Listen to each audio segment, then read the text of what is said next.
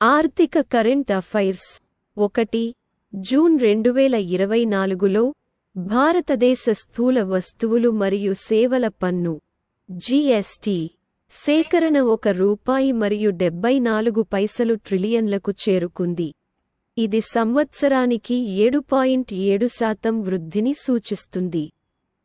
ఏప్రిల్లో మునుపటి నెలల పెరుగుదల 12.4% మరియు మేలో 10% పెరిగింది.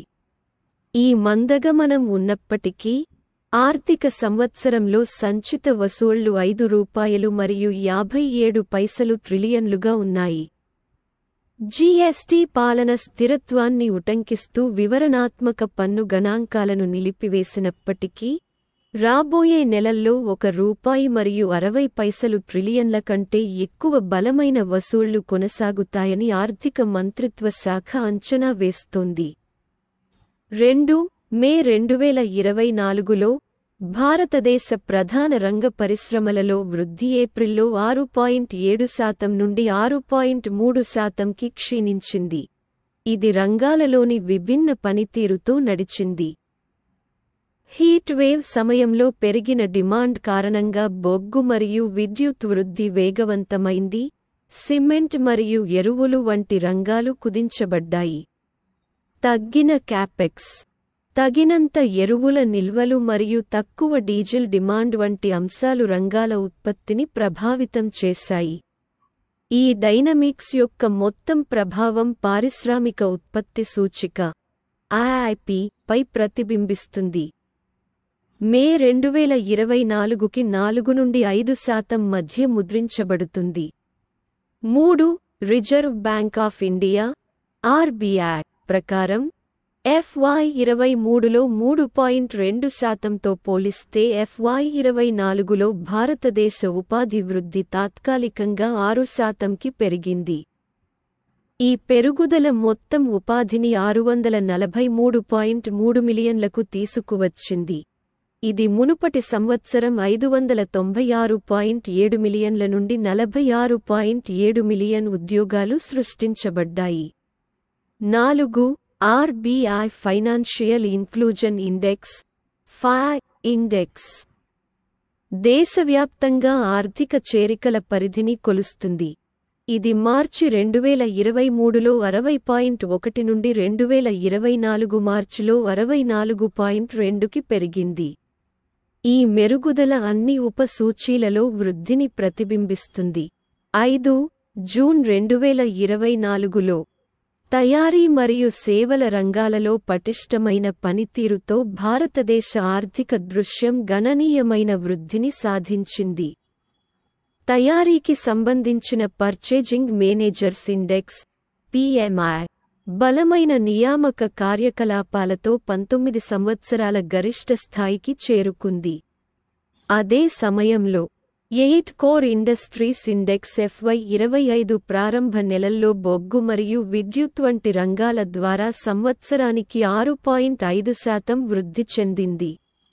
6 జూన్ 2024లో భారతదేశం యొక్క రిటైల్ ద్రవ్యోల్బణం 4 నెలల గరిష్ట స్థాయి 5.08%కి చేరుకుంది. ఇది ఆహార ధరలు, ముఖ్యంగా కూరగాయలు, పొడిగించిన వేడి పరిస్థితుల మధ్య తీవ్ర పెరుగుదలతో నడిచింది. ఈ పెరుగుదల RBI యొక్క 4% లక్ష్య శ్రేణి కంటే వరుసగా 57వ నెలను సూచిస్తుంది. వడ్డీ రేటు తగ్గింపులకు తక్షణ అవకాశాలను పరిమితం చేసింది. 7 జూన్ 2024లో all India consumer price index (CPI) సంవత్సరానికి 5.08% ద్రవ్యోల్బణం రేటును చూపింది. గ్రామీణ మరియు పట్టణ ప్రాంతాలలో ఈ రేటు మారుతూ ఉంటుంది. గ్రామీణ ద్రవ్యోల్బణం 5.66% మరియు పట్టణ ద్రవ్యోల్బణం 4.39%.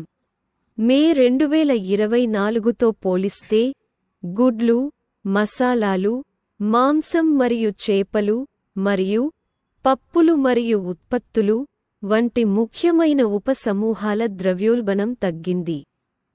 సాధారణ సూచికలు మరియు వినియోగదారుల ఆహార ధరల సూచిక CFPI కోసం సిపిఐ కూడా పెరుగుదలను చూపింది.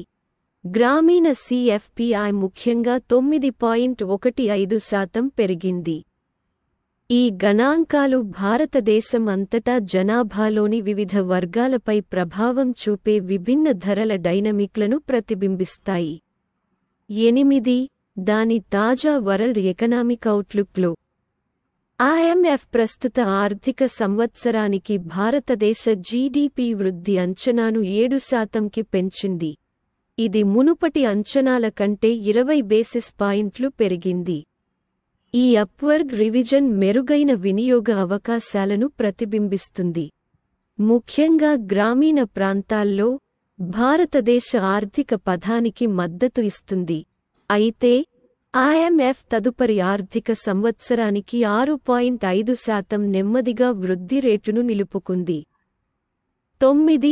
ఫిక్కీ యొక్క ఎకనామిక్ అవుట్లుక్ సర్వే 2024 నుండి 25 ఆర్థిక సంవత్సరంలో భారతదేశానికి 7% జీడీపీ వృద్ధిని బలంగా అంచనా వేసింది. జూలై 2024లో నిర్వహించబడిన ఈ సర్వే దేశ ఆర్థిక అవకాశాల గురించి పాల్గొనే ఆర్థికవేత్తలలో ఆశావాదాన్ని ప్రతిబింబిస్తుంది.